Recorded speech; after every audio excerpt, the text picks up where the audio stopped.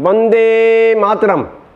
आज मेरे लिए अत्यंत हर्ष का दिन है कि हम भारतवासी चैनल 275 एपिसोड प्रस्तुत कर रहा है। यहाँ तक की यात्रा पूरी करने में मुझे आप सभी का, दर्शकों का अपार स्नेह व सहयोग प्राप्त हुआ। हृदय से मैं आप सभी का धन्यवाद करता हूँ, अभिवादन करता हूँ।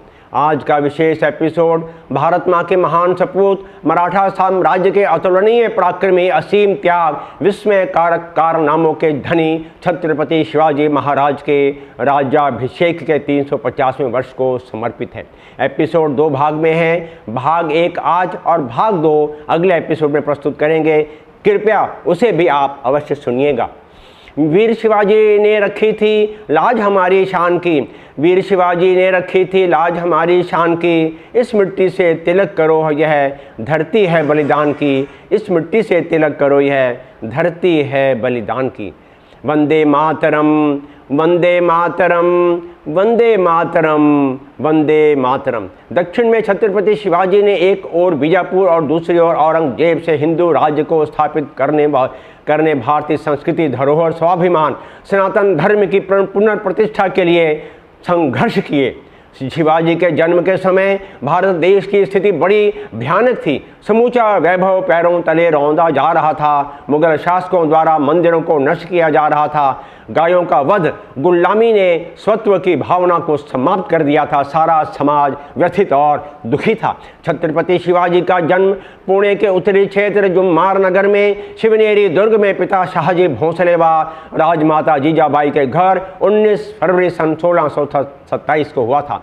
छत्रपति शिवाजी के पिता शाहजी भोंसले एक शक्तिशाली सामंत व मेवाड़ के महाराणा अजय सिंह के वंशज थे एवं राजमाता जीजाबाई भी देवगिरी के राजवंश से थीं और बचपन से ही शिवाजी का लालन पालन बहुत सूझबूझ व भविष्य की सामाजिक राजनैतिक परिस्थितियों को देखते हुए मां जीजाबाई व शाहजी भोंसले के वफादार सेवक दादा कोंडदेव व समर्थ गुरु रामदास जी की देखरेख में हुई। शिवाजी को बचपन से ही केवल किताबी ज्ञान ही नहीं दिया गया, बल्कि उनके मन मस्तिष्क को भारत के भविष्य के हिंदू राजा, जो प्रजा के लिए जुल्म से संघर्ष करने के लिए, भारतीय संस्कृति धरोहर की रक्षा करने के लिए, स्वाभिमान के लिए जो आवश्यक पहलू थे, उन पर उनकी शिक्षा को केंद्रित किया गया था। शिवाजी को बचपन से ही राजमाता जीजाबाई वीर योद्धाओं के पराक्रम, धार्मिक पौराणिक कथाओं, रामायण की पवित्र वाणी से परिपूर्ण करने में लगी रहती व उनको राष्ट्र, समाज, उच्च चरित्र का पालन व हिंदुओं को मुसलमानों के उत्पीड़न से कैसे बचाया जाए, कैसे मुक्त किया जाए, इसके लिए कर्तव्य निर्वाह का पाठ पढ़ाया जाता था। जहां एक ओर कर्तव्य निर्वाह चरित्र, वहीं दूसरी ओर सकुशल सेनापति के गुणों पर भी विशेष ध्यान दिया जाता था।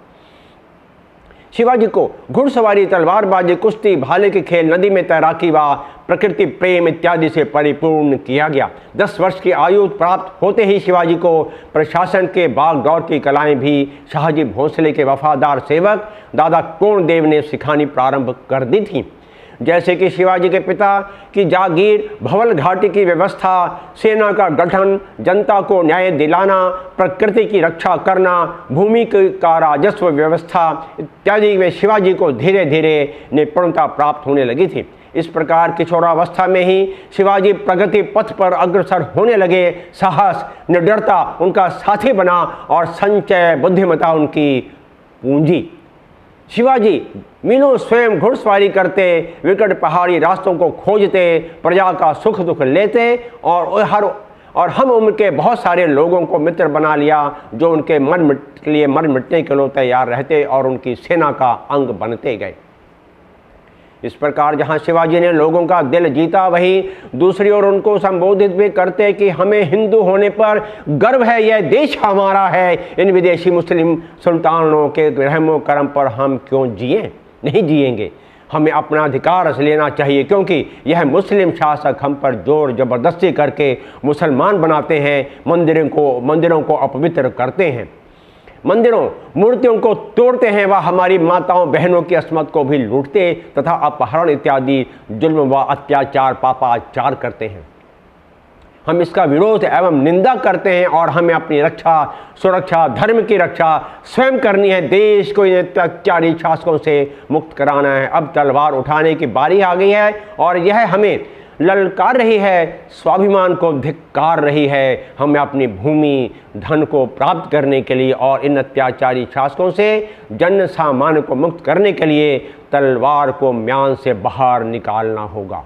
इस प्रकार छत्रपति शिवाजी जन सामान्य को संबोधित करते, पूर्वजों वीर प्रतापी योद्धाओं का स्मरण करवाते, स्वतंत्रता प्राप्ति के लिए जन सामान्य प्रेरित होता और राष्ट्र के लिए मर मिटने को तैयार हो जाता था। छत्रपति शिवाजी अपनी सैन्य शक्ति को बढ़ाने लगे।